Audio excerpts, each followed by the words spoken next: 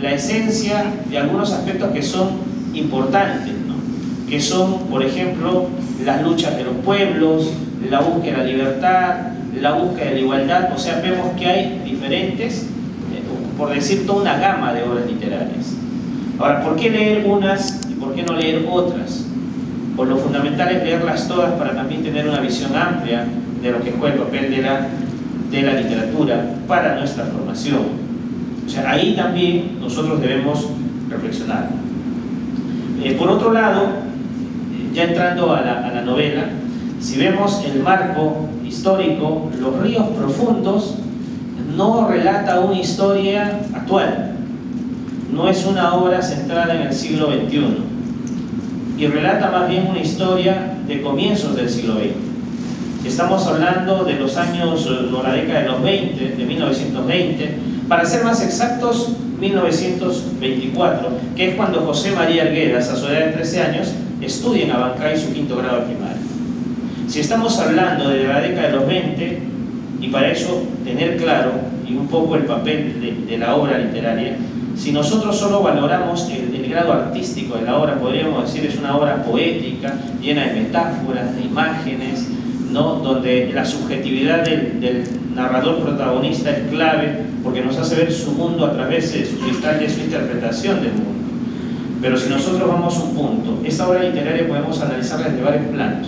Desde el plano histórico, vamos a ver que los años 20 es una década bastante dura para el Perú, sobre todo, pero también es una década valiosa en el sentido de los intelectuales que surgen o manifiestan sus mejores obras. Podríamos hablar de José Carlos Mariátegui, del movimiento Colonia, de las luchas de Atuparia, de las grandes revoluciones indígenas, de la primera parte de sensibilización de los intelectuales en torno al problema del indio. O sea, hay toda una gama de, diríamos, movimientos, actividades que van a concientizar en torno al papel que va a jugar la cultura andina. Pero para entrarnos a ese aspecto también habría que ver otro punto, ¿no? ¿Y cuál es? O sea, ¿cómo se veía al pueblo andino en esa época? O sea, si nos remontamos un poquito atrás y un poco haciendo referencia también a lo que llamaríamos a los terratenientes, a los hacendados, o llamados también los aristócratas de nuestra sociedad, para ellos la existencia de una sociedad peruana o de una nación peruana no pasaba por considerar al mundo andino y menos al mundo de la selva, ¿no? A todas esas culturas. Pasaba por entender que la concepción de nación nuestra partía de la gente criolla, la gente blanca, o hasta en algunos sentidos, los más avanzados, ciertos grupos mestizos. Entonces el mundo andino no era considerado para nada. Eran los que estaban de más, eran los que no debían ser considerados. ¿Por qué? Porque más bien eran un lastre que no permitía el avance de una nación como la nuestra. O sea, por ende, las referencias al mundo andino o eran anecdóticas o exóticas, ¿no? O sea, por ejemplo, Ventura García Calderón, cuando escribe sobre el mundo andino, es como agarrar y exaltar, entre comillas, como diríamos, si vemos ahí una mujer con bigotes, ¿no? Y una pierna más grande y una pierna más corta, ¿qué nos causa esa imagen? Curiosidad, ¿no? Extrañeza, ¿no? O sería divertida, ¿no? Para mofarnos. Entonces es la visión que se daba del mundo andino a través de la literatura. No había más. Entonces esa mirada exótica es la que predominaba y era la que se transmitía de generación en generación. Entonces el mundo andino salía sobrando, era un elemento muy marginal. Es a partir de las mujeres que el mundo andino va a ser retomado o va a ser tomado en cuenta como parte de un proyecto nación. Y estamos hablando de Clorinda Mato de Turner, una de las más importantes, que va a partir de la obra Aves y Nidos incluir el mundo andino. Pero ¿cuál es el problema de ella, no? O sea, para su momento es progresista, pero ¿cuál es el problema de ella? Que ella considera que lo que al mundo andino como parte del proyecto de la sociedad implica que progrese el mundo andino. Pero para que progrese el mundo andino tiene que haber algo que lo lleve a ese desarrollo. Y ella plantea que era la educación. O sea, la educación, o sea, si el indio es educado, va a salir de la condición donde está. Vamos a ver que más adelante aparece González Prada también. Y González Prada hablaba de la opresión del indio en el sentido de que estaba el juez, estaba el alcalde, lo que vimos ahora, y estaba también el cura. Elementos opresores que no dejaban avanzar al indio. Y eso era un avance con respecto a Clorinda Mato. Mientras una tenía sus aspiraciones en la educación, ¿y quién le daba la educación al indio? El hombre blanco. O sea, que el indio por sí solo no saldría adelante, sino el hombre blanco sería el que lo ayudaría a través de la educación. Por otro lado, González Prada ya nos ubica quiénes son los elementos que no dejan desarrollar al indio. Y la única manera también de que el indio sea adelante es que él luche por sí mismo. Pero todavía no está claro qué es lo que debe luchar. Su libertad solamente, y con eso bastaría, todavía no está claro. Vamos a ver que más adelante aparece José Carlos Mariátegui, y eso es claro. Y José Carlos Mariátegui va a hacer todo un análisis del problema del indio, partiendo de estos antecedentes, o sea, no parte de la nada, y nos va a llegar a una conclusión que ustedes la conocen, que es el problema de la tierra, o sea, es un problema económico. O sea, el problema está en la posesión de la tierra. ¿Quién la posee? El hacendado. Y ahí, si nosotros nos quedamos en eso pequeño, como que no significa mucho, ¿no? Pero si uno lee en Ciro Alegría, El mundo es ancho y ajeno, hay una parte que es bien interesante con la comunidad de Rumi, ¿no? O sea, el hacendado, ¿por qué quiere poseer Rumi? ¿Por la tierra? No, la quiere poseer por la gente, porque requiere a la gente para sus minas. A él no le interesa la tierra para sembrar, le interesa a gente para sus minas. Sabe que poseyendo la tierra posee a quién, al indio, porque en su cosmovisión entre la tierra y el indio hay una ligazón tan fuerte que parecieran uno solo. Entonces, tú tienes la tierra, tienes al indio. Entonces José Carlos Mariátegui conocía eso. O sea, desposeyendo al indio la tierra, ¿qué pasaba? Le quitabas como su alma, su esencia. O sea, le quitabas lo que era, ¿no? O sea, va más allá de solamente un problema económico, si se dan cuenta. También, entrando más adelante, vamos a ver que aparece José María Arguedas. Y José María Arguedas es el producto de todo eso que acabamos de ver. O sea, José María Arguedas no es el inventor de una nueva visión del indio, ¿no? Él ve toda esta problemática, ve cómo se han dado las cosas, cómo se ha ido retomando, es conocedor de las luchas sociales, ¿no? Y las rebeliones indígenas.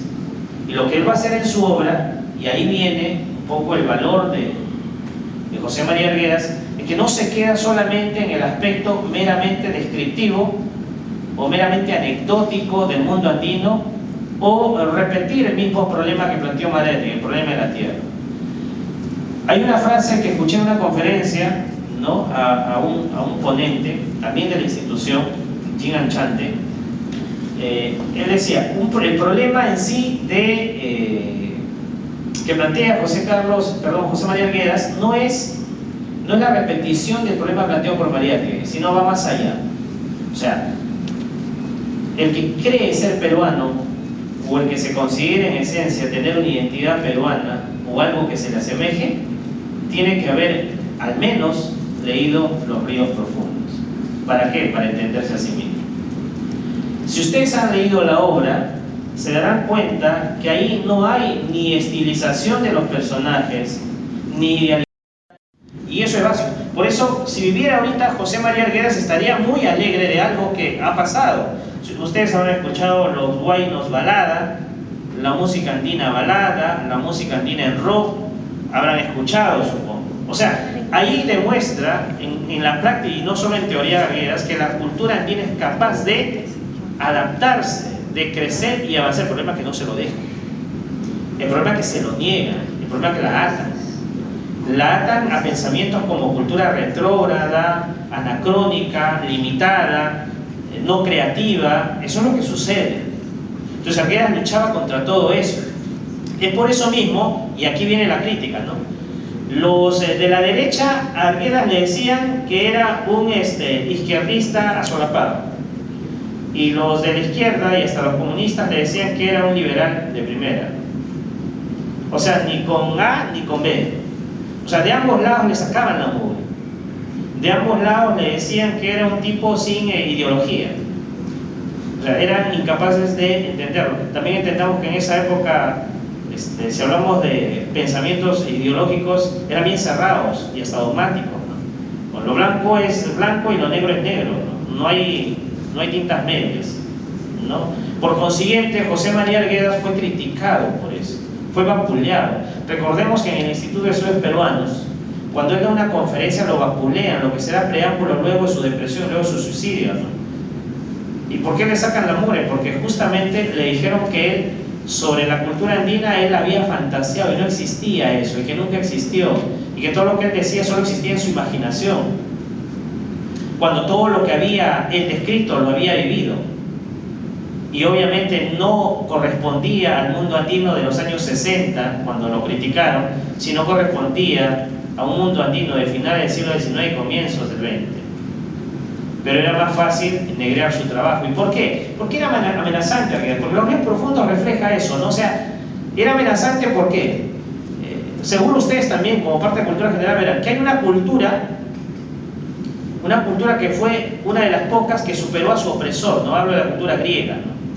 O sea, los romanos invadieron Grecia y sometieron política, económicamente a Grecia, pero culturalmente no la pudieron someter. Y los griegos los sometieron a los romanos, y más bien los griegos difundieron la cultura griega. Entonces lo que quería hacer, lo que planteaba es que el mundo andino es ello, ¿no? O sea, el mundo andino es y por no hablar de términos superiores, sino era capaz de superar la misma cultura occidental, porque era distinta y tenía toda una mirada distinta del mundo. Pero habría que mantener los estigmas, o como diríamos, los términos de retrógrada, para poder mantenerla al margen y no permitir su desarrollo. Entonces ahí es donde, por eso también le sacan la mugre. Hay un escritor que es Julio Cortázar, que ya murió también. Este escritor tuvo un debate con Arguedas en torno al indigenismo, y José María Arguedas también tuvo todas las de perder, por cierto, o sea, fue humillado, fue vapuleado. ¿Y por qué? Porque Cortázar le decía que era un tipo muy limitado, en el sentido de que era chauvinista, así lo tildaba Arguedas, porque Julio Cortázar tenía una mirada de que las literaturas no deben tener etiquetas de países, ni de culturas, ni nada. La literatura es universal, debe ser cosmopolita, abierta al mundo. Y los escritores indigenistas, o telúricos, o regionalistas, simplemente eran unos chauvinistas que reducían al mundo a sus propias culturas. Y Arguedas, para él, era uno de ellos. Cuando en realidad Arguedas no buscaba exaltar un chauvinismo. El chauvinismo lo exaltaron sus críticos, los que vinieron después, como pasa muchas veces, ¿no? O sea, terminan sacándole lo que ellos tienen a un determinado poema o una determinada obra. Muchas veces pasa eso, porque lo jalan para donde ellos están, ¿no? Los de izquierda para lo que ellos quieren y los de derecha para lo que ellos quieren, utilizarán lo mejor de ellos, ¿no? Bien, entonces, si nosotros leemos Los ríos profundos, ¿no? Como dije, es una realidad cruda. Ustedes verán que en el mundo de los ríos profundos hay un microcosmos que es el colegio, y en el colegio se reproduce lo que está en la sociedad en su conjunto, que es la desigualdad, donde los hacendados son los opresores y los indios son los oprimidos. Y vemos que hay particularidades bien curiosas, ¿no? Si uno ve a los alumnos, por ejemplo, Ñuñoa es un hijo de un hacendado caído en ruinas, ¿cierto? Entonces, como es un hijo de hacendado caído en ruinas, en realidad él proviene de una familia de hacendados, y eso lo va a reproducir en el colegio. Es un opresor y es aliado a un huérfano, que es el Lleras, y juntos van a maltratar, van a hacer cosas hasta asquerosas con los más pequeños, ¿no? Entonces, se reproduce. Ahora, ¿quién es el más vapuleado y maltratado? Es Palacito. ¿Y quién es Palacito? Es un indiecito, es pequeño, es menor de edad, y miren cómo reproduce. Pero a diferencia de otros escritores, él no ve blanco y negro, ¿no? Añuco cambia o no cambia cuando llega a su vida. Se vuelve amigo de todos, cambia, su mirada es distinta. Esa es la mirada de Arguedas, ¿no? O sea, la gente no es mala, mala, ni buena, buena, sino, como todo proceso, la gente puede cambiar, la gente puede transformarse. Y también esa mirada muy adelantada a su época, ¿no? Donde todo era blanco y negro. ¿Cuál? O sea, la gente decía, los ricos son los enemigos del pueblo, por lo tanto el pueblo debe matar a los ricos. Y cuando le he preguntado, oye, ¿los ricos podrá cambiar alguno? No, tal no, los ricos son ricos y ellos nunca van a negar su clase social. Pero en la práctica, ¿qué nos dice, no? O sea, si uno ve, y ahí viene la reproducción, si uno ve, actualmente, solo para nombrar, ¿no? Actualmente, si uno se va a La Molina, Las Casuarinas, si uno se va por allá, por Rinconada, ¿no? Por esas zonas, los patrones, ¿quiénes son? Muchos son de origen andino, patrones, ¿eh? Y otros son gente con apellidos extranjeros. Ahora, si uno ve y eso fue en un análisis de un sociólogo sanmarquino, los que tienen como, digamos, a sirvientes, por usar sus términos, los que son extranjeros, occidentales, tienen la consideración de diferenciación con sus sirvientes, pero no de maltrato. O sea, sí en el sentido de tratarlos como inferiores, pero no los maltratan.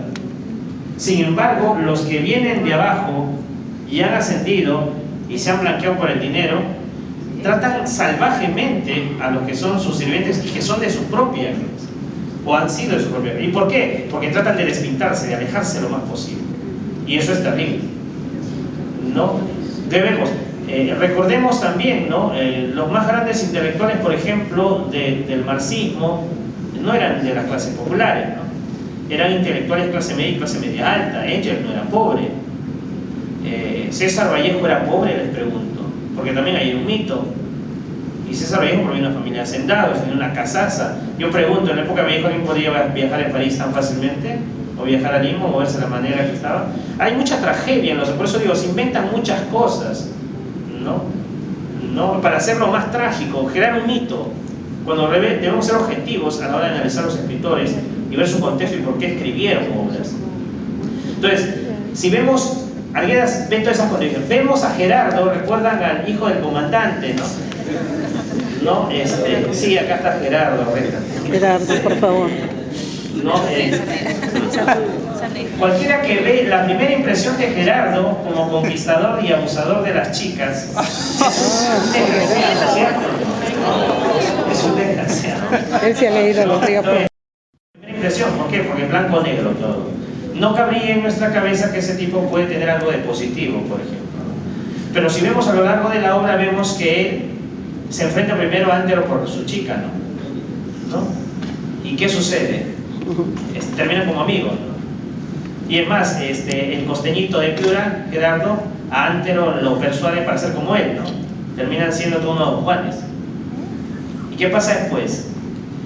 Que Ernesto, en sus valores, porque considera que eso es inmoral, atroz, hasta les da un nombre, perros, ¿cierto? Es malo, es negativo. Y agarra y le da un patadón a Gerardo, y él luego está asustado, ¿no? ¿Por qué? Porque Peluca le dice, te van a perseguir, te van a... no, ten cuidado. Pero la pregunta es, ¿Gerardo en algún momento lo persiguió? ¿Estaba pendiente de él? Ni se acordaba del golpe ni nada. Es más, cuando apareció el padre Augusto, después del golpe, él no... Primera impresión, ¿por qué? Porque es blanco-negro todo. No cabría en nuestra cabeza que ese tipo puede tener algo de positivo, por ejemplo. Pero si vemos a lo largo de la obra, vemos que él se enfrenta primero a Antero por su chica, ¿no? ¿Y qué sucede? Terminan como amigos, ¿no? Y es más, el costeñito de Piura, Gerardo, a Antero lo persuade para ser como él, ¿no? Terminan siendo todos unos Juanes. ¿Y qué pasa después?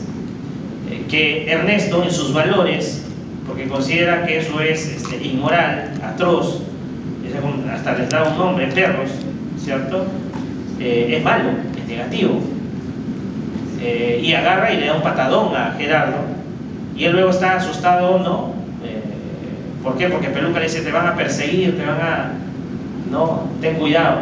Pero la pregunta es, ¿Gerardo en algún momento lo persiguió? ¿Estaba pendiente de él? Ni se acordaba del golpe ni nada. Es más, cuando apareció el padre Augusto, después del golpe, él lo para matar. Cuando el cura relata, oye, ¿quiénes son los que sufren, padecen, sufren por todos? Nuestro Señor Jesucristo, la Virgen María, el cura, el hacendado. Ustedes con la justa sufren por sus hijos y sus animales. Nosotros sufrimos por todos ustedes. ¿Qué me está transmitiendo a ellos? Un nivel de superioridad y mayor sufrimiento. O sea, ellos no tienen dignidad. La dignidad la tienen los poderosos, porque ellos sí sufren. O sea, el sufrimiento como un valor de dignidad y acentuando la mayor justificación de opresión. Eso te da la realidad. Pero José María Arguedas, a través de esa armonización y equilibrio de la naturaleza, nos busca que eso puede cambiar, eso puede ser distinto. O sea, ¿qué nos queda a nosotros? Todos acá somos docentes. O sea, ¿qué transmitimos a nuestros estudiantes? O sea, ¿qué debemos transmitirles? O sea, por ejemplo, si yo les preguntara a ustedes, ¿qué parte de los ríos profundos les ha impactado más?